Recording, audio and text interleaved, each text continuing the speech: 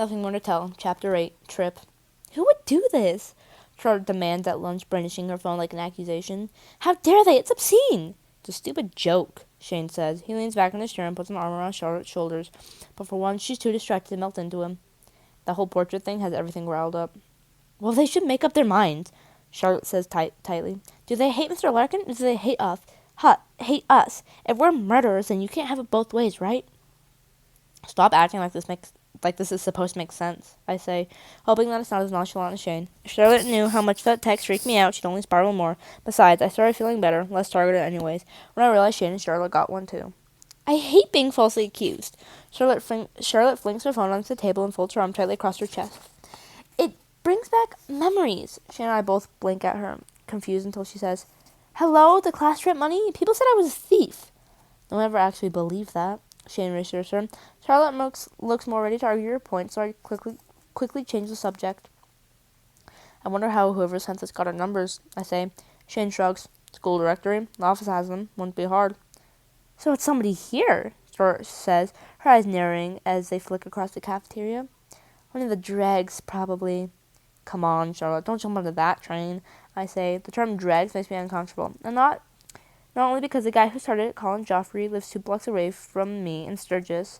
There's one thing, if there's such thing as a dreg at St. Ambrose, I'm it. Shannon and Charlotte keep forgetting that. Maybe because they've never been to my house, even though when they pick me up to go someplace, I meet them at school. I started in 8th grade when I was an asshole who was embarrassed about where I lived, but somehow it never stopped. Yes, it's weird, but it's probably weird that they'd never question it. Drop it, okay? Shane mutters as the table starts to fill up. Abby Lou puts her tray next to mine, lowering halfway into her chair before springing back up in a frustrated sigh.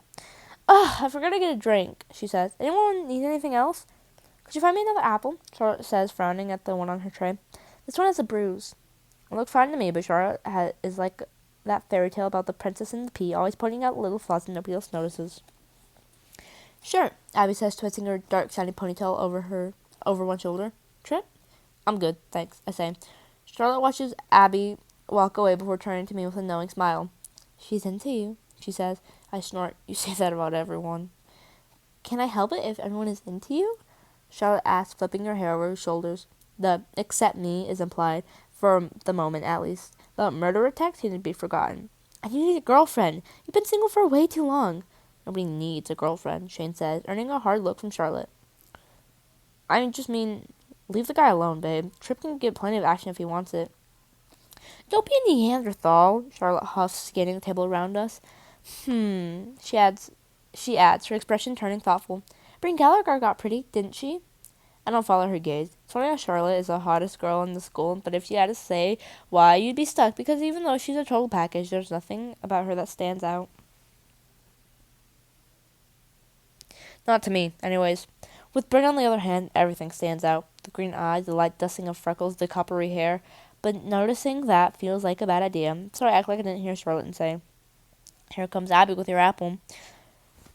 Charlotte puts on a bright smile as she plucks the shiny red apple from Abby's outstretched hands, then her expression dips to disappointment as she sets it carefully next to the other one. This is bruised too. But thank you anyways. I can't hear exactly what Shane mutters under his breath, but it sounds a lot like fucking impossible to please. Hours later, I'm in the St. Ambrose greenhouse, at the edge of the group of kids I barely know, while waiting for Miss Colesso, because I'm afraid Regina will really fire me if I don't sign up for this goddamn Memorial Garden Committee. There's no one here to talk to, so I distract myself by scrolling through my phone. For some reason, I still haven't deleted the murderer message. Maybe because I keep wondering if there might be some kind of clue as to who sent it. But that's pointless with a block number. Before I can get rid of it, though, a text comes through from a familiar, unwelcome number. Lisa Marie. Still an early runner, huh, Trey? I shut my eyes briefly. It's always Trey. Like my mother needs her own special version of my nickname, and it's a bonus that I happen to hate it. The driver of the gray sedan that sped past me this morning wasn't a mirage after all. The day just keeps getting better. The second text forced my attention back to my phone. Want to get coffee at school? I saw a cute bakery on Main. You mean the bakery I work at? I almost died, but I think better of it. So as my mother would bother to remember that I have a job now. Besides, I don't owe her an instant response just because she decided to show up out of the blue and cruise the streets of Sturgis. Instead of giving me a heads up like a normal person, Lisa Marie thinks this kind of thing is fun. She's bringing an exciting spot of color into the drab life she's left behind. But I think it's bullshit. I'm tired of playing her games. Hello, hello! So sorry I'm running behind. Miss Calesso bustles with a few people behind her, her arms filled with folders. What a pleasure to see so many of you here. I'm grateful and thrilled to be working with all of you on this important project. She opens one of her folders and pulls out a bunch of stapled papers and hands them to each kid closest to her. Take one and pass it along, please. This is an outline of how I'm thinking the process will go, but I welcome any and all feedback. Then her eyes settle on me. Her entire face lights up. I'm a favorite of hers, even though I've done nothing to deserve it. Trip, you made it after all. I'm so happy you decided to join us. Sure. I mumbled, ducking my head as I take a handout and pass it the rest of whoever's next to me without looking at them. I don't need any more curious glances. I've been getting them since I showed up in the greenhouse. I'm the guy who found Mr. Larkin, after all. I'm thinking about this in phases, Miss Calesso continues. First, there's planning. We need to decide on what the garden should contain, both in terms of planting and some kind of object like a bench or plaque. If we're going to have prices out, we're going to have to price out those options, and then it's hot in the greenhouse. So I unzip my coat and look around me, and Miss Calesso continues to talk. There are too many plants here. I decide I don't like it. I haven't liked being surrounded by this much green since the day in the woods. No, not thinking about that. Usually it works, and memory threatens to the surface, and I push it down. This time, maybe because I'm in the middle of an overheated faux wood, and I can't. For a few seconds, everything around me fades. All I can see is trees and their trunks, guarded around their branches, twisting every way, blocking the sunlight and hemming me in. Someone is screaming, making it impossible to think, and I have to think. Trip?